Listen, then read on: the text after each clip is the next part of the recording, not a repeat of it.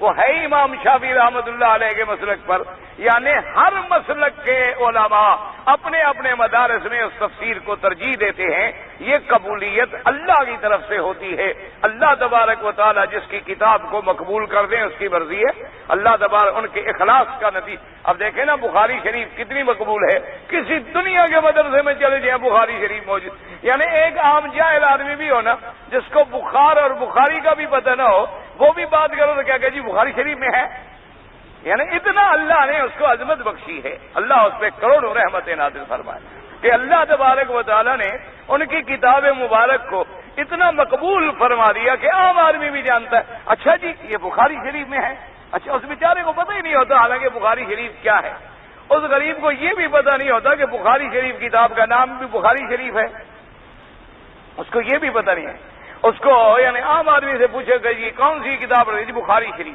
بھائی نام کیا ہے اس کا، تو نام ان کو نہیں آتا، بس بخاری شریف، تو اس کے علاوہ بیچارے نام بھی نہیں جانتے، لیکن اللہ نے ایسا مقبول فرما دیا، یعنی آدمی حیرت ہوتی ہے، یہ اللہ کی شان ہے، اللہ تبارک و تعالی جن کی محنتوں کو قبول فرما لے۔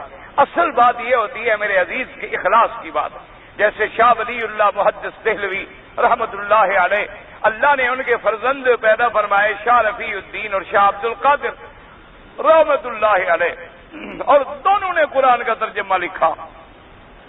اچھا تمہاری ہماری طرح ترجمہ نہیں لکھا، شاہ عبد القادر رحمت اللہ علیہ نے 40 سال میں قرآن کا ترجمہ لکھا اور 40 سال مسجد سے باہر نہیں گئے، 40 سال مسجد میں گویا معتکف ہو گئے، مسجد کے اندر رہے اور 40 سال میں ترجمہ ختم کیا پھر مسجد سے باہر گئے۔ تو اتنے اخلاص سے، اتنی پاک بازی سے جس بندے نے اللہ کے قرآن کا ترجمہ لکھا ہو تو پھر اللہ کے ہاں مقبول تو ہونا ہے، لیکن وہ پرانے زمانے کی اردو ہے، اور اس زمانے میں اردو بڑی سخت مشکل اردو بولی جاتی تھی، تو اس لیے بعد میں پھر علماء نے اس کے ترجمے کو کچھ سہل بنانے کی کوشش کی۔ یہ اللہ کی شان ہے، اللہ جس کو نوازتے ہیں۔ شاہ ولی اللہ محدث دہلوی کے خاندان میں جو بھی اولاد آتی گئی، یعنی ایک سے ایک بڑھ کے آتا گیا اور پہلے کو بھلاتا چلا گیا، ایک سے ایک بڑھ کے عالم پیدا ہوا، محدث پیدا ہوا، مفسر پیدا ہوا، تو یہ اللہ کی طرف سے مقبولیت ہوتی ہے، اللہ جسے عطا فرماتا۔ اسی طرح آپ دیکھ لیں شیخ الہند کا ترجمہ ہے جو انہوں نے مالٹا کے قید خانے میں بیٹھ کے لکھا تھا، حالانکہ اس وقت کون سی ان کے پاس مراجع ہوں گے، کون سی ان کے سامنے کتابیں ہوں گی، کون سی انہوں نے جناب ساری کتابوں کو سامنے رکھا ہوگا، لیکن اللہ تبارک و تعالیٰ کی شان ہے کہ آج بھی بڑے بڑے علماء جب کسی ترجمے میں الجھ جائیں تو پھر وہی ترجمہ اٹھا کے دیکھتے ہیں، اسی کے اندر مسئلہ موجود ہوتا ہے، لیکن شرط یہ ہے کہ علم رکھتا ہو اور سمجھ بھی رکھتا ہو، اور اسے ماننا سمجھنے کا بھی اللہ نے علم عطا فرمایا ہو۔ اگر وہ مفعول میں فرق ہی نہ کر سکے، فاعل اور مفعول میں، ترجمہ کیا سمجھے گا غریب؟ معلوم اور مجہول میں ہی فرق نہ کر سکے، یا مفعول لہو، مفعول بہی، مفعول ماہو، مفعول مطلق میں فرق نہ کر سکے، تو اسے ترجمے کی چاشنی اور لذت کا پتہ نہیں لگ سکتا۔ لذت کا پتہ اس کو لگتا ہے کہ لغت عربیہ کے علوم سے بھی ماہر ہو، اور پورے قرآن پاک کا ذخیرہ بھی دماغوں میں ہو، اور احادیث مبارک پر بھی نظر ہو، اقوال صحابہ پر بھی نظر ہو، ہر ترجمہ دیکھے پر سمجھ آتا ہے کہ اس نے کیا ترجمہ کیا اور اس نے کیا ترجمہ کیا۔ اسی لیے بڑے بڑے علماء نے ترجمہ کیا، اور بعض مترجمین ایسے بھی پیدا ہوئے جن سے غلطیاں ہوئی، جن سے خطائیں ہوئی، اللہ ان کی خطاؤں سے درگزر فرمائے، اللہ تبارک و تعالیٰ ان کی محنتوں کو قبول فرمائے۔ اور اب تو ہماری تو بدقسمتی ہے، ہم تو ایک ایسے دور میں آ گئے، میں اگلے دن بیٹھے ہوئے اخبار میں پڑھ رہا تھا، وہ ایک کوئی گانے والا ہے، کوئی سنگر قسم کا کوئی آدمی ہے، بھٹی پتہ نہیں عنایت حسین کیا نام ہے اس کا، میرے خیال میں ہوگا بھی ملنگ شیعی ہوگا، نام ایسا لگتا ہے، اندازہ یہ، اس نے کہا میں بھی قرآن کی تفسیر لکھ رہا ہوں، میں نے کہا انا للہ و انا الیہ راجعون۔ اللہ تبارک و تعالی رحمت فرمائے کہ اب جب یہ گانے والے اور میراثی قرآن لکھنے پہ آ جائیں جنہوں نے کبھی نورانی قاعدہ بھی نہ پڑھا ہو، تو پھر وہ اللہ کا قرآن کی تفسیر لکھیں گے تو پھر اس سے زیادہ اور کیا ماتم ہو سکتا ہے اور ظلم ہو سکتا ہے، پھر وہ اپنی مرضی سے ادھر ادھر سے لکھے گا جو اس کی عقل میں آئے گا۔ تو اس لیے بعض لکھنے والوں سے خطائیں بھی بڑی ہوتی ہیں، دعا کریں اللہ ان کو ہدایت۔ اگر وہ لکھ رہا ہے تو اللہ اس کو ہدایت دے اور اسلام نصیب فرمائے، صحیح عقیدہ نصیب فرمائے اور علماء کی صحبت نصیب فرمائے، کیونکہ قرآن ایک ایسی چیز ہے، حضور نے فرمایا جو قرآن میں اپنی رائے سے کوئی کلمہ کہہ دے وہ جہنم میں اپنا ٹھکانہ بنا لے۔ حضور نے فرمایا کہ قرآن کے اندر کوئی آدمی کہہ دے کہ میری رائے میں یہ بات ہے، چاہے وہ بات ٹھیک بھی ہو، فرمایا پھر بھی جہنم میں ٹھکانہ بنا لے، کیونکہ یہ تو اللہ کا قرآن ہے، تیری رائے کا کیا مطلب، میری رائے کا کیا مطلب؟ اس میں تو وہ رائے چلے گی جو دے گے حضرت محمد رسول اللہ صلی اللہ علیہ وآلہ آلہ وصحبہ وسلم تسلیما کثیرا۔ اس میں تو ابو بکر یہ جرت نہیں کر سکتا کہ میری رائے، حضرت عمر بھی کہہ سکتے کہ میری رائے، وہ یہ کہتے ہیں سمیت رسول اللہ صلی اللہ علیہ وسلم قال قال رسول اللہ صلی اللہ علیہ وسلم ہکذا قال رسول اللہ صلی اللہ علیہ وسلم اقرانی رسول اللہ صلی اللہ علیہ وسلم، مجھے حضور نے یوں پڑھایا، مجھے حضور نے یوں سمجھایا، حضور نے یوں فرمایا، حضور پاک نے یہ عمل کر کے دکھلایا۔ تو قرآن ایسی چیز نہیں کہ جس میں تم اپنی رائے چلاتے رہو، اپنے فکر چلاتے رہو، اپنے فکر کے گھوڑے دوڑاتے رہو۔ قرآن کے اندر تو پابندی ہے، اللہ کے قرآن کو ہمیں دیکھنا پڑے گا احادیث مبارک کی روشنی میں اور فرمان محمد مصطفیٰ صلی اللہ علیہ وآلہ آلہ وصحبہ وسلم تسلیما کثیرا کثیرا، کیونکہ جب آپ اپنے عقل کی روشنی میں آئیں گے تو پھر ٹھوکریں کھائیں گے۔ جیسے اب دیکھا ہے بڑے بڑے لوگوں نے انکار کر دیا، انہوں نے کہا جی قربانی کا کیا فائدہ ہے؟ انہوں نے کہا دیکھو جی اگر حج پہ 15 لاکھ آدمی ہے، 15 لاکھ بکری ذبح کی جائے اور ایک بکری کی قیمت ہو 300 ریال، تو 15 لاکھ کی کتنے پیسے بن جائیں گے؟ انہوں نے کہا دیکھو جی کیا بے وقوفی ہے کہ اتنا ارب روپیہ ضائع کر دیا جائے، بجائے اس کے فقیروں کو دے دو، بجائے اس کے مسکینوں کو دے دو۔ تو یہ قربانی کا مسئلہ ہو کہتے ہیں پہلے زمانے میں ٹھیک ہے لوگ غریب ہوں گے ان کو گوشت نہیں ملتا ہوگا، اب تو ہر آدمی گوشت کھاتا ہے، قربانی کرنے کی کیا ضرورت؟ اب اپنی عقل آ گئی، اپنی عقل جب آ گئی تو اب قرآن اور حدیث، اور جن کے دماغوں میں یہ ہے کہ نہ اللہ نے حکم دیا ہے کہ قربان باہدیم بالغ الکعبہ، اللہ نے حکم دیا ہے فمن تمتع منکم، اگر کوئی متمتع ہو یا قارن ہو تو اس کو قربانی دینی ہوگی۔ اور حضور نے فرمایا سنت ابیکم ابراہیم، تمہارے ابے کی سنت ہے۔ اور یاد رکھو ایک چیز ہوتی ہے، مثلا آپ کہتے ہیں نا جی ایک جان کا بدلہ ہے، جان کا بدلہ تو ہو گیا لیکن روح جو اللہ نے ہمیں دی ہے اس کا کوئی بدلہ؟ یعنی انسان کے اندر کتنی چیزیں ہیں؟ 2 چیزیں ہیں، ایک جان ہے اور ایک روح ہے۔ روح زیادہ قیمتی ہے یا جان زیادہ قیمتی ہے؟ جان کی صدقے تو آپ ساری زندگی کرتے رہتے ہیں، تو جب آپ قربانی کرتے ہیں وہ روح دار چیز ہے نا، گویا تم اپنے روح کی طرف سے ایک قربانی دے رہے ہو۔ تو اللہ تبارک و تعالیٰ کی اس کے اندر حکمتیں ہیں، اب اس کا عوض غیر روح والی چیز تو بن ہی نہیں سکتی، پیسے کیسے بنے اس کا عوض؟